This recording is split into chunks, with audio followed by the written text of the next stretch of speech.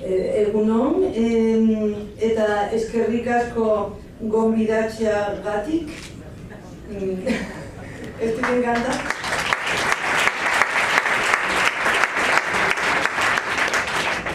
De verdad estoy encantada de estar aquí y ayer estuve cenando con unas compañeras que me contaron cosas muy importantes de ELA, o sea que estoy más encantada todavía. Yo voy a hacer una reflexión sobre el modelo fiscal y la fiscalidad. Me contaron que estáis más interesados especialmente en los impuestos, pero bueno, como ya hemos oído con lo que ha dicho Mercedes y Miquel, y bueno, supongo que ayer también, y en general ya sabemos que se relacionan mucho, pues yo voy a estructurar mi intervención lo más corta posible para que haya tiempo para el debate. Primero, recordar un poco lo que ya conocemos de las bases de la política social, plantear un déficit estructural, concretar en el ejemplo del IRPF como uno de los muchos incentivos a mantener esta estructura, los incentivos que contiene el IRPF, puesto que es el tema que más parece que interesaba, y hacer una propuesta de cambio de modelo. Como sabéis, las bases de la política social en democracia, bases que están en peligro ahora mismo porque vienen de un pacto social que se hizo, un acuerdo, un estado de la sociedad que se consiguió a mediados del siglo pasado, en el cual se instauraron, empezaron a desarrollarse los estados de bienestar. Esos principios que se instauraron fueron dos: el principio de solidaridad, a cada cual según sus necesidades, y el principio de capacidad, de cada cual según sus posibilidades. Os aconsejo, por cierto, igual mucha gente lo habrá visto, la película esta de El espíritu del 45, de Ken Loach, porque a mí me parece que es clave para explicar precisamente ese pacto social, ese estado de opinión, ese estado de movilización social que da lugar a los estados del bienestar. Él habla concretamente del Reino Unido, pero también se da en muchos otros países y también por aquí, ¿no? Bueno, pues el estado del bienestar, que tiene las dos vertientes, ¿no? Por un lado los servicios públicos y las prestaciones sociales, y que se nutre de un sistema impositivo. Y en ese pacto social que se da, es muy importante que ese sistema impositivo esté legitimado ante la población, para que ese sistema impositivo se implante. Por supuesto, tiene que ser un sistema impositivo con recaudación suficiente para proveer los servicios públicos y las prestaciones sociales, también todos los demás gastos del Estado, ¿no? Pero yo estoy hablando concretamente de esta parte, que es, pues, a nivel social la importante, ¿no? O una de las muy importantes. Tiene que tener implantación generalizada, pues lo que ha dicho Miquel, ¿no? O sea, que no esté bien visto defraudar, por ejemplo, ¿no? Y que además todas las actividades estén bajo los impuestos, ¿no? Tiene que ser redistributivo, porque si no es redistributivo la población no lo acepta. Un sistema injusto, bueno, además de que sería injusto, pero además no podría ser legitimado ante la población, como por ejemplo pasa pues en países que tenemos cerca como los latinoamericanos, que resulta que lo que está sujeto a impuesto al final pues es un 10% de la actividad económica, ¿no? Tanto laboral como empresarial, o menos, digo un 10% ya hablando de algunos países avanzados. Y para que esté legitimado ante la población, la figura principal tienen que ser los impuestos directos, porque los impuestos directos son precisamente los más redistributivos: los impuestos sobre la renta y los impuestos sobre la producción, sobre los impuestos de sociedades, ¿no? Como sabéis, los impuestos indirectos pues gravan igual a todo el mundo, no son progresivos, y además los pobres gastan más porcentaje de su renta en consumo que los ricos, ¿no? Con lo cual son regresivos los impuestos indirectos. No digo tiene que haberlos, pero el peso principal en economías democráticamente avanzadas, el peso principal lo tienen los impuestos directos, ¿no? Bien. Así se construye nuestro sistema, que también por aquí se construye, y quería resaltaros algunos hitos en 1900, para que veáis además, ¿por qué pongo esas fechas? Para que veáis que eran en un país, en un estado pobre, en un estado pobre, por ejemplo, la Ley General de Seguridad Social se desarrolla en 1976, la reforma fiscal donde se instaura un IRPF progresivo es de 1977, estábamos en plena crisis, un país súper pobre, ¿no? El sistema educativo se desarrolla mucho durante todos esos tiempos. En la Ley General de Sanidad, que es la que declara la universalización de la sanidad, que ahora está muy en peligro, como sabéis, pues es de 1986. Bien, todo este sistema que va creando nuestro sistema de bienestar, al cual llegamos tarde porque habíamos tenido una dictadura que nos había impedido la movilización social y nos había impedido los avances que había habido en otros países.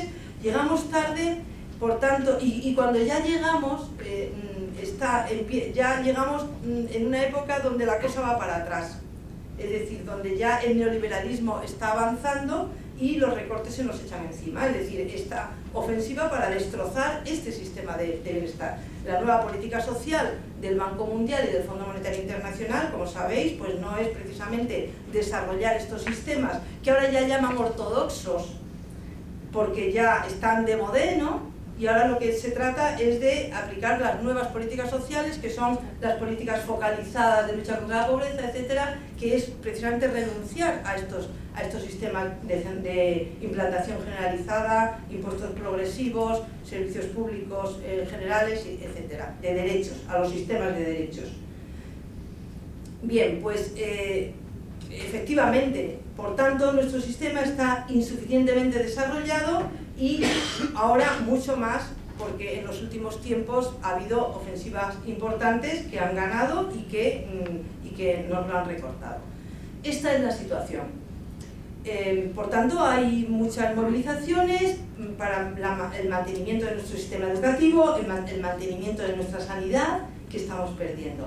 Pero mi pregunta ¿es suficiente con volver a donde estábamos antes de la crisis, de la llamada crisis, que en realidad es esta ofensiva para destrozar nuestro sistema, ¿no? Pero es suficiente con volver al sistema que teníamos en digamos, 2007?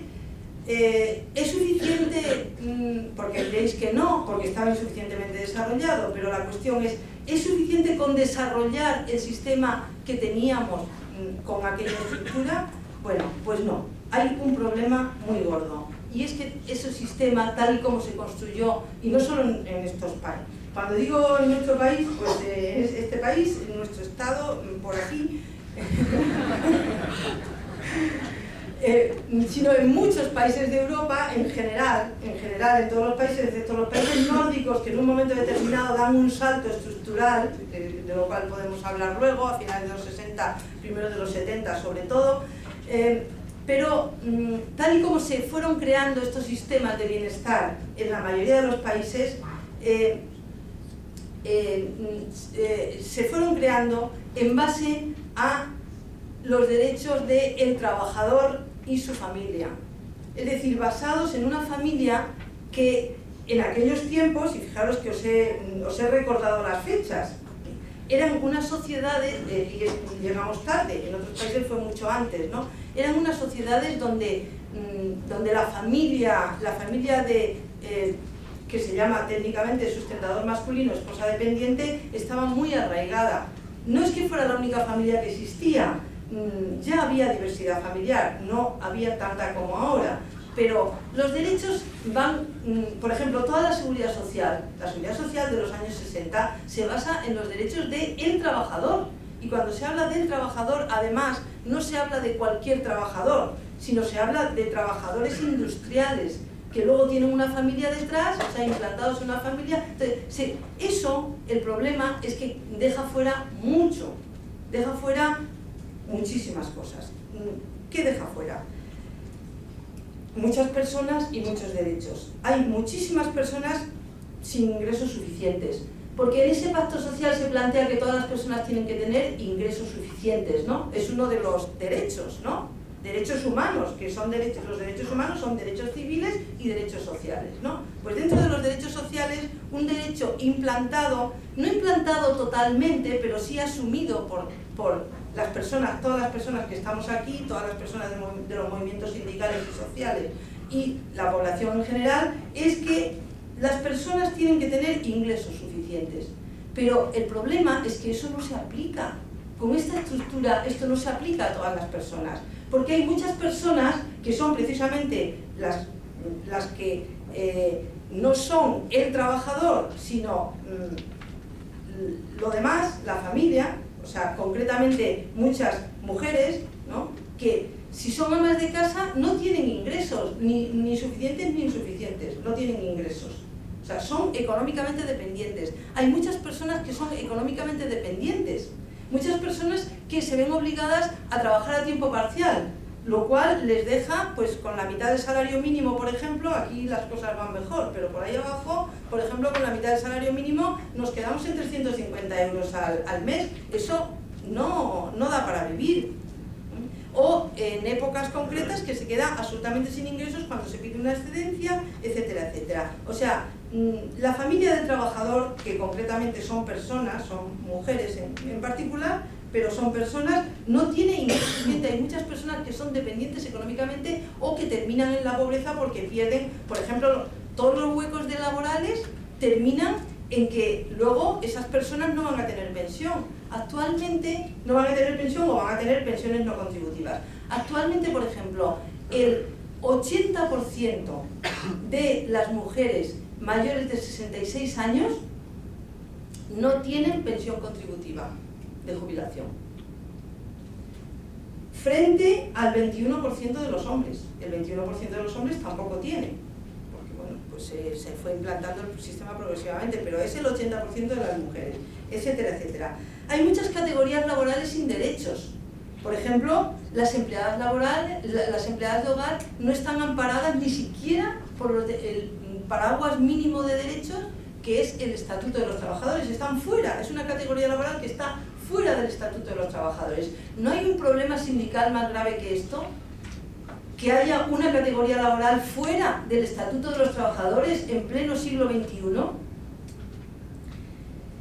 Todas las personas que están a tiempo parcial, como dije antes, pues no tienen los derechos, no acumulan derechos sociales, no solamente para pensiones, no solamente el salario, sino que tampoco, en caso de desempleo, por ejemplo, pues tampoco tienen un desempleo suficiente.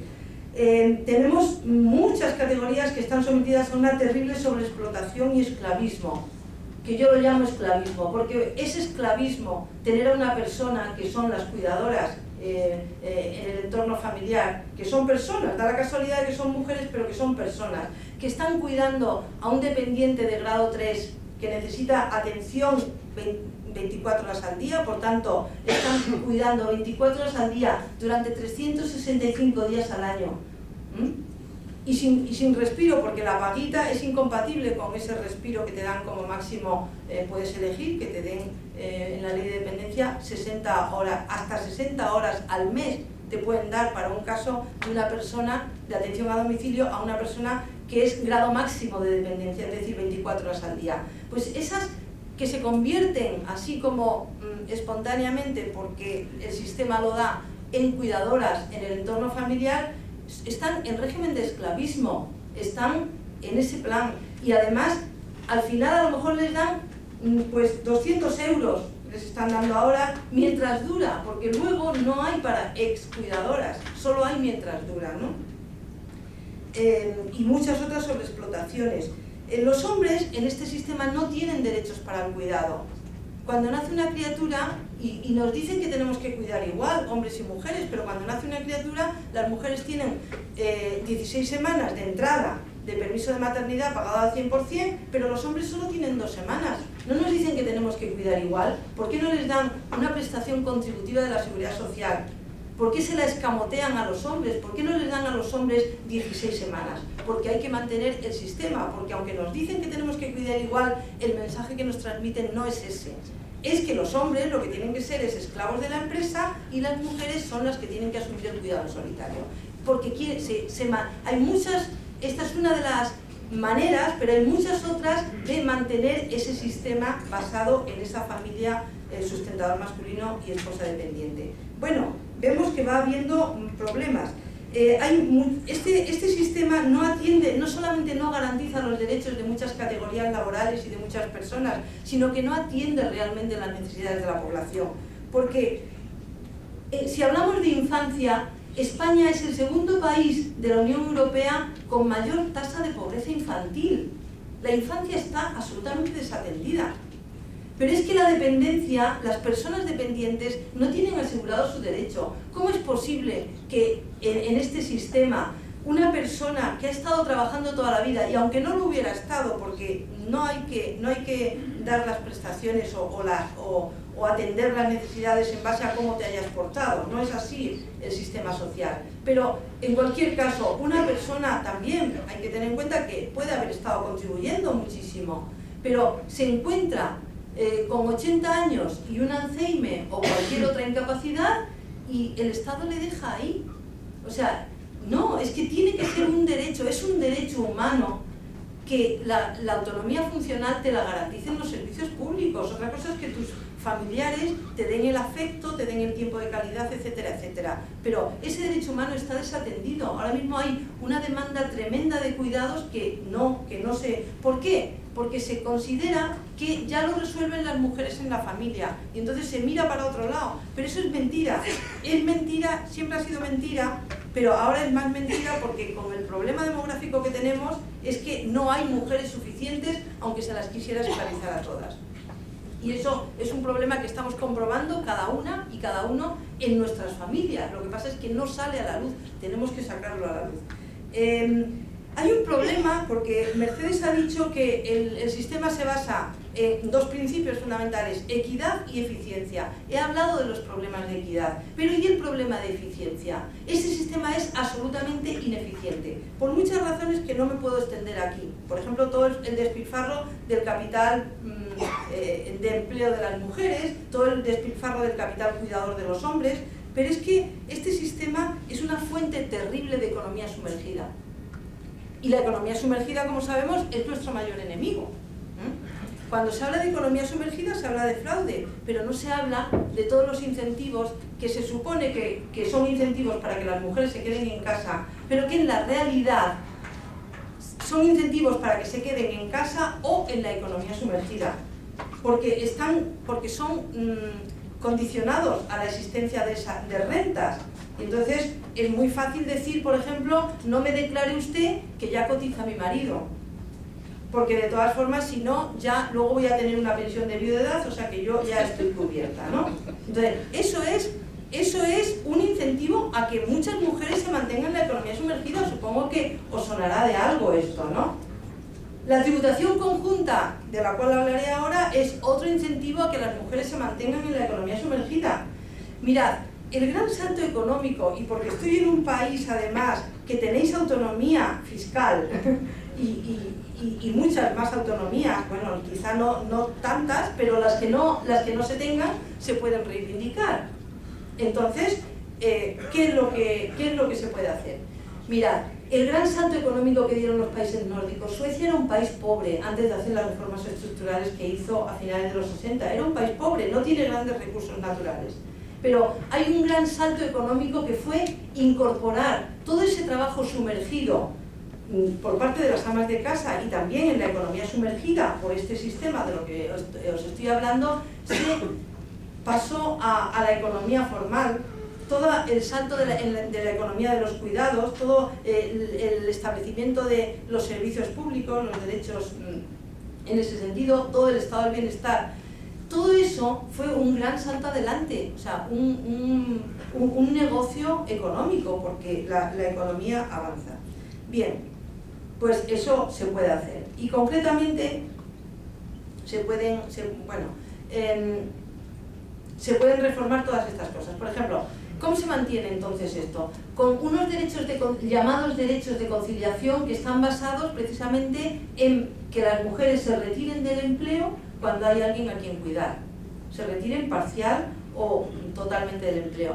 Eso, por supuesto, esos derechos van acompañados con un déficit en los servicios públicos.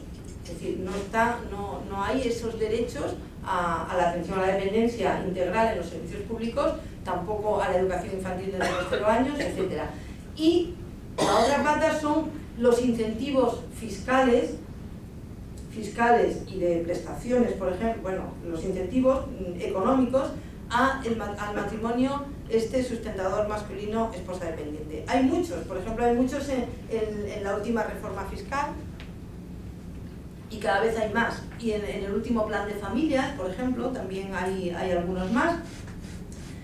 Pero yo voy a hablar completamente del IRPF, para no extenderme mucho. Bien, pues en el IRPF podemos hablar de varios fenómenos. Por un lado, la tributación conjunta de los matrimonios, que es en lo que más me voy a centrar. Se puede comparar con cuál es el tratamiento de las familias monoparentales y el tratamiento de los hijos-hijas. Entre paréntesis diré que en realidad el tratamiento hay que apoyar a las familias monoparentales, por supuesto, porque son necesidades especiales, y si estamos hablando de que el principio de solidaridad a cada cual según sus necesidades, el hecho de que haya solo una persona adulta en vez de 2 encargada de criaturas, pues es una necesidad especial que exige más gasto, ¿no?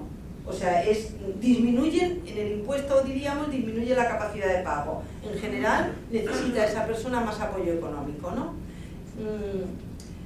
Y las criaturas en sí mismas, por supuesto, son un bien a conservar, un bien la solidaridad social exige que mantengamos a las criaturas, que las apoyemos para que no haya pobreza infantil, para que estén bien, para que, bueno, todo esto, ¿no? Porque son también origen de gasto para la familia, y las familias por sí solas, la mayoría, no pueden. Esto, lo que quería decir entre paréntesis, es que esto no hay que hacerlo a través del IRPF. Esto no hay que hacerlo a través de los impuestos. Se hace a través de los impuestos, pero no es la forma democrática, porque para empezar, eso deja fuera a la capa de la población que está por debajo del mínimo exento. O sea, es mucho mejor hacer prestaciones universales por criaturas fuera del impuesto en vez de desgravaciones, y prestaciones por familias monoparentales fuera del impuesto. Lo que pasa es que por aquí, la política familiar se hace a través del IRPF, lo cual ya es una injusticia manifiesta en cuanto a equidad vertical, ¿no?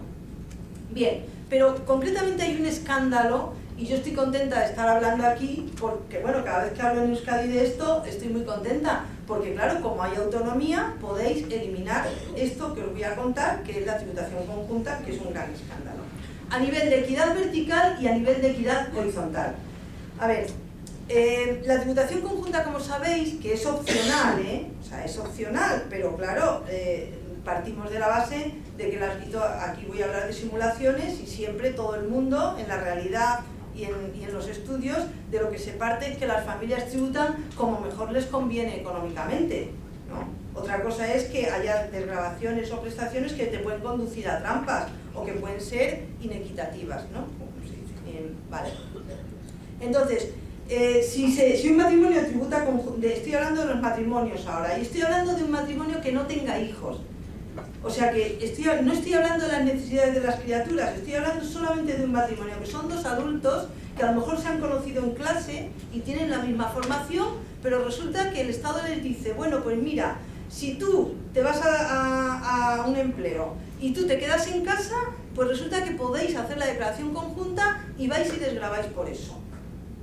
Vaya, o sea, qué cosa más rara, ¿no? O sea, si no hay criaturas a las que cuidar siquiera, o sea, ¿qué es lo que pasa aquí, no?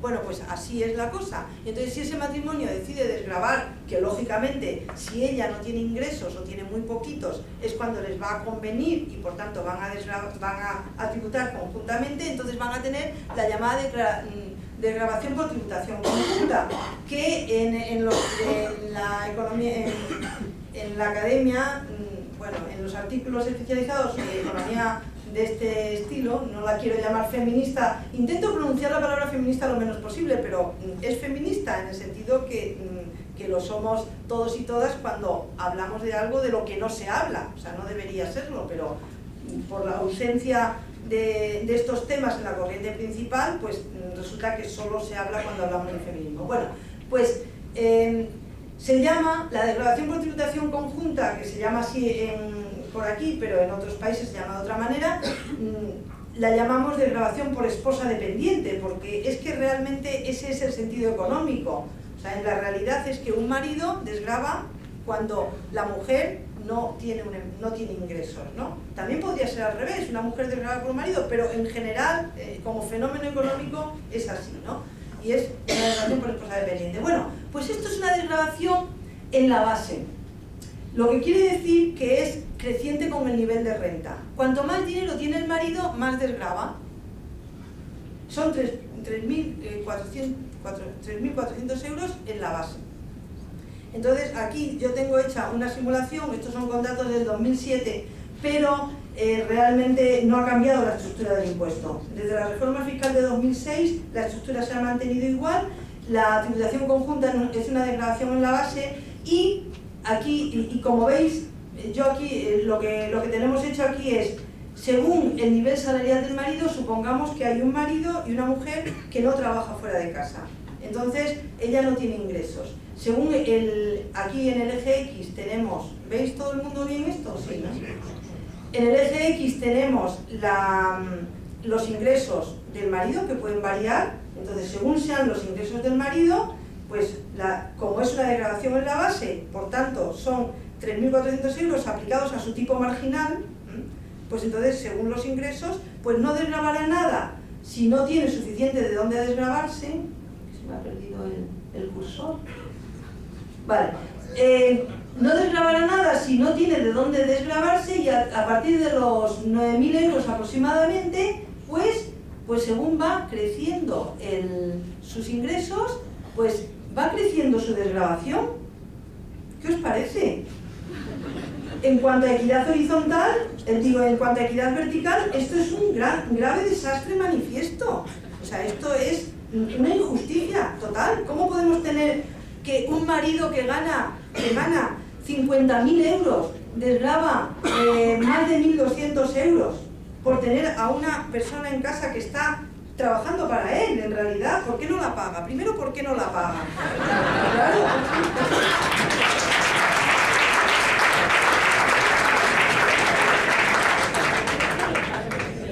Pero además de por qué no la paga, claro, ¿por qué ese trabajo él no la paga, pero por tanto no está sujeto a cotizaciones sociales ni a impuestos? O sea, esto es un fraude para el Estado.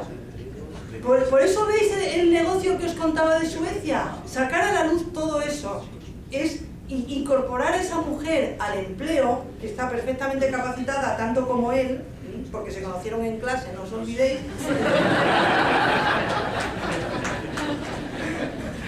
Entonces, eso es un negocio económico.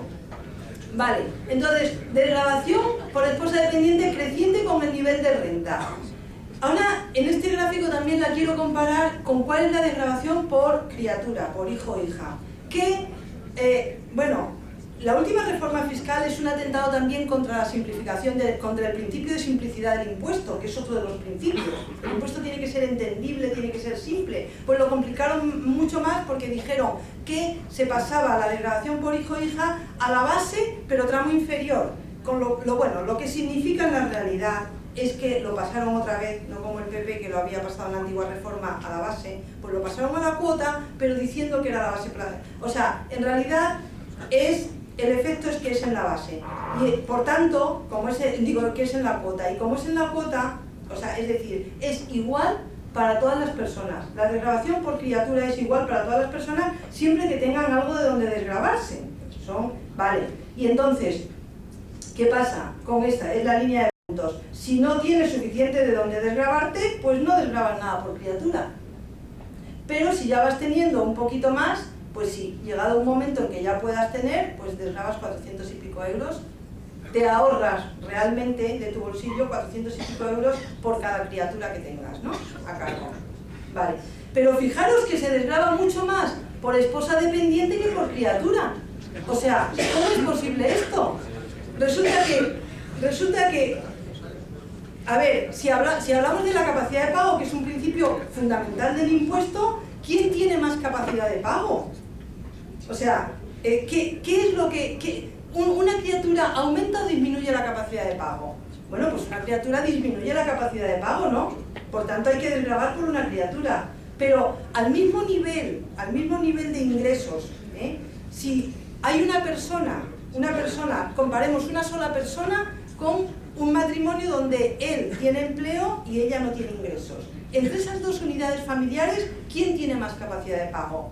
Si ambas personas que están en esas dos familias cobran lo mismo. Vamos a poner que cobran 30.000 euros al año, ¿vale? ¿Quién tiene más capacidad de pago? ¿La persona que está sola o la persona que está también con 30.000 euros, pero hay una persona en casa que está produciendo, no os olvidéis, produciendo una serie de bienes y servicios para el hogar, y se tienen que apañar con 30.000 euros? La persona sola con 30.000 euros, la otra persona con alguien que le hace las cosas con 30.000 euros.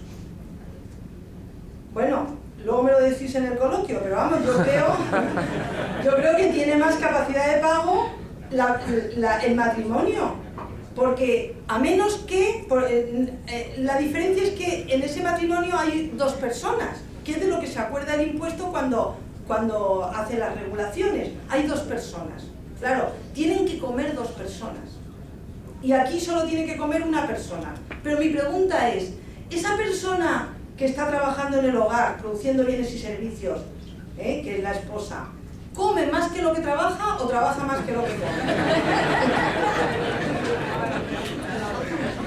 Porque claro, si fuera una empleada de hogar, se le pagaría y además se le daría de comer, ¿no? Pues aquí el impuesto parece que opina que no, que esa persona no se gana ni siquiera lo que come, hay que desgravar por ella. Bueno, en fin, todas estas cosas. A nivel de equidad horizontal, el impuesto es un desastre por estas razones. Ahora, el segundo caso que os voy a comparar es una persona casada con una persona sola. O sea, una persona que está casada y tiene un cónyuge fuera del mercado de trabajo, o sea, esa que os había dicho antes, ¿no? Y esta persona que os había dicho antes que está sola, ¿no? Bueno, pues ahora vamos a complicar un poquito el modelo. Tienen una criatura, en ambos casos, ¿vale? A esta la llamamos familia monoparental, ¿no? Y a la otra la llamamos un matrimonio con una criatura. Un matrimonio sustentador masculino, esposa dependiente, con una criatura, ¿no? De 6 años. Porque la cosa depende de la edad de la criatura, para hacer la simulación.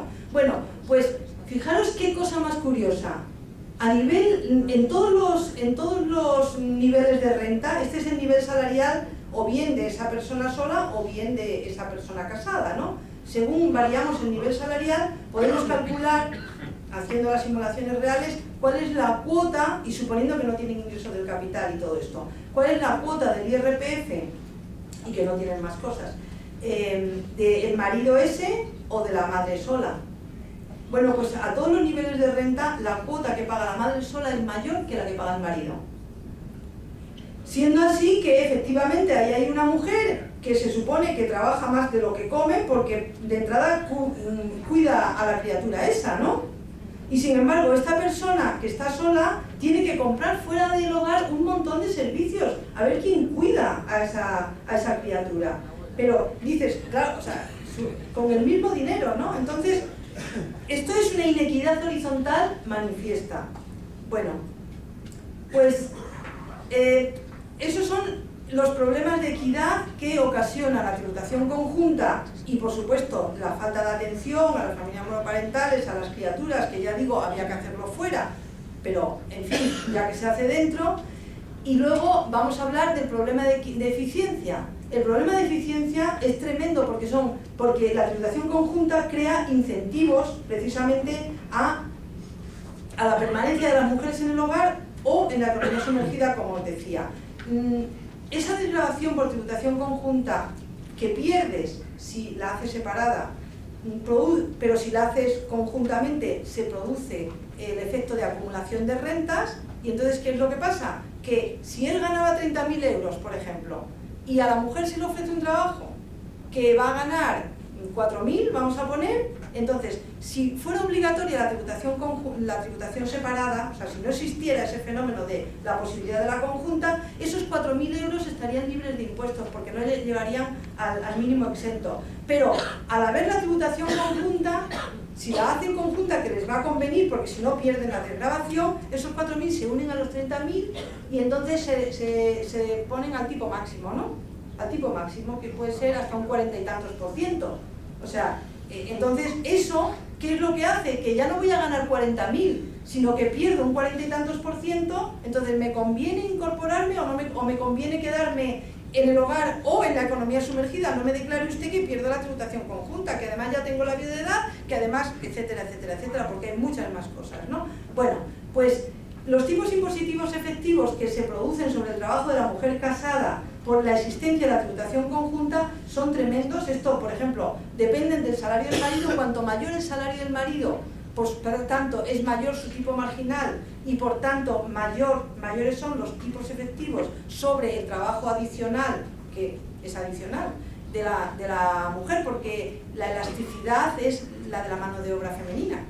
O sea, es la que se decide si sí o si no. Bueno, pues aquí están los gráficos. Unos tipos dependiendo del salario de ella, fijando el salario del marido. Bueno, todo esto lo tenéis en el libro Desiguales por Ley, mucho más detallado. O sea que no lo voy a contar mucho, pero son tremendos. En cambio, si se hiciera una reforma eliminando la tributación conjunta, fijaros, el impuesto sería estupendo, porque si ganas poquito, ¿no? Si la mujer esa gana poquito, ¿veis el cursor? Sí, ¿no? Va estando exenta, y esto que está poniendo, esto sería, no es cero, es la seguridad social lo que pagaría, ¿no? El 6 y pico % sobre su salario, porque estamos contando seguridad social e impuestos, ¿no? Sobre el trabajo. Pero luego ya, si va ganando más, pues ya no está exenta de IRPF, pues lógicamente, como el impuesto es progresivo, iría ganando más, que es lo normal. No lo que pasa ahora, que es una distorsión terrible. Bueno, esos son los incentivos que se crean. Pero os voy a contar, aunque yo creo que ya he hablado media hora, ¿no? Pero os voy a contar un cuento porque yo creo que siempre hay que fijarse en esas personas, imaginárselas, porque el problema es que nos resultan invisibles, ¿no? Las personas concretas, las familias concretas, las necesidades concretas, ¿no? Entonces, ¿cuáles son los efectos económicos? ¿Qué es lo que pasa? Lo que os he contado, pero un caso concreto. Érase un matrimonio sin hijos, donde, estos son datos reales, el marido ganaba 46.922 euros y la mujer no trabaja fuera de casa. Esa es la situación A. A la mujer se le ofrece un trabajo donde ganaría 3.566 euros. Situación B. Se preguntan, ¿qué hacer? Bueno, si ella coge el trabajo, ¿cuánto gana? 3.566 es bruto, pero haciéndole los cálculos en estas simulaciones, precisamente por esos mecanismos de la existencia de la tributación conjunta, se convierte en 2.104 neto. O sea, se grava un 41%. Esa penalización por matrimonio a ese trabajo es un 41%. Bien, pues entonces, supongamos que ella se va a la economía sumergida o se queda. Vale, ¿qué pasa a los 10 años? Se divorcian. Cosa que es frecuente, ¿no? Bueno, entonces ella no tiene empleo y no tiene experiencia laboral, por lo menos durante esos años que ha estado, ¿no? Ni tampoco tiene cotizaciones acumuladas, por tanto no le corresponde nada por la seguridad social, nada de prestación por desempleo ni nada.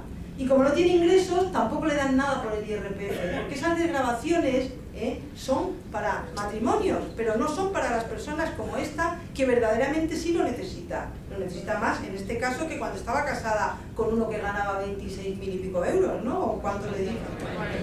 O lo que ganaba eso. Bueno, y entonces se acuerda de los 1.258 euros que le desgravaba a su marido. Lo bien que le vendrían ahora y lo mal que le vinieron entonces. Vale, esos son los incentivos, que son un problema de equidad y un problema de eficiencia, ¿no? Por lo que os decía. Bien, pues por todas estas razones, la reforma del IRPF de 2006, en su exposición de motivos, dice que, lo rojo, la política de no discriminación por género, por razones de género y razones de simplificación de la gestión del impuesto podrían justificar su revisión de la tributación, la revisión de la tributación conjunta. Es una forma de decir, reconocemos que habría que eliminarla porque es injusta y es ineficiente, etcétera, etcétera, pero no obstante mantenemos el tratamiento actual. Bueno, no estamos hablando del chocolate del loro, esto es importante. La tributación conjunta en el Estado, yo digo aquí más de 3.500 millones de euros porque son alrededor de 3.500 millones de euros en el territorio fiscal común y no tengo acceso a los territorios forales, ¿no? Pero claro, entonces es más, habría que calcular cuánto es aquí. Sigo hablando de los datos del Estado, el gasto por comparar, porque cada vez que se quiere aumentar el permiso de paternidad una semana, 2 semanas, se dice que esto sería la bancarrota, que no hay dinero para esto, ¿no? Bueno, pues el gasto en permiso de paternidad actual son 200 millones de euros en 2014. O sea, 100 millones por cada semana. Y el de maternidad un poquito menos porque las mujeres ganan menos. Entonces pero se lo cogen más, con lo cual, pero aún así es menos. 1.555 millones de euros en 2014. Fijaros, si no habría dinero solo con eliminar la tributación conjunta para equiparar el permiso de paternidad ante maternidad, que serían 1.600 millones de euros lo que se necesitaría. O sea que no estamos hablando del Estado. Aquí habrá que hacer los cálculos. Yo estaría encantada de hacerlos, ¿eh? Bueno, en resumen, es una cuestión de modelo de sociedad. Actualmente el sistema está basado en la familia sustentadora, en potenciar la familia sustentadora masculina, esposa dependiente, y hay que dar un salto a una sociedad basada en los derechos y las necesidades de personas sustentadoras, cuidadoras en igualdad. ¿Cómo cambiar el modelo? Hay que incluir las necesidades no cubiertas y los derechos no reconocidos. Es muy fácil, o sea, vemos qué necesita la infancia, qué necesita la dependencia, qué son las necesidades de cuidados y qué reformas tenemos que hacer. Esencialmente, para la atención a la dependencia, basta con universalizar el derecho a la autonomía funcional de todas las personas, implantarlo progresivamente por parte de los servicios públicos. No se necesita que nadie abandone sus empleos para cuidados de larga duración, otra cosa son un mes que se te está muriendo alguien, pero no se necesita. Sí, pero ¿qué necesitamos también? Necesitamos 35 horas semanales, porque con estas jornadas es imposible, ¿no? Entonces, con unas jornadas de 35 horas semanales y una universalización de los servicios públicos, tenemos atendida la dependencia. A las criaturas no solo hacen falta las 35 horas semanales y la universalización de los servicios públicos de educación infantil, se necesitan también permisos, porque las criaturas sí tienen que estar atendidas en casa los primeros meses de vida. Pero lo que necesitamos es que el permiso de paternidad se una al de maternidad, con lo cual tendremos cubiertos 8 meses en vez de 4, por tanto que tengamos permisos iguales, intransferibles y pagados al 100%, como propone la PINA. Yo luego os dejo, he traído folletos, no os libráis, o sea que luego cogéis uno por favor, que nadie se vaya sin él. Y entonces eso eliminaría también muchos problemas de eficiencia, porque las mujeres no tendrían el cartel de menos disponibles para el empleo, los hombres tendrían derecho al cuidado, etcétera, etcétera, etcétera. Y así se resuelven, se van resolviendo, porque también, y luego lo otro que hay que hacer es eliminar todos los incentivos al mantenimiento de esa familia, que ya digo, no es por necesidades, sino precisamente por potenciarla.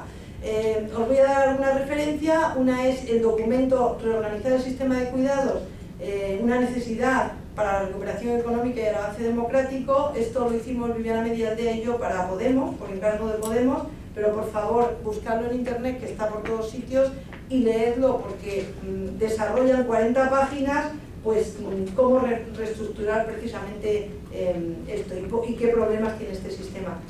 Vale.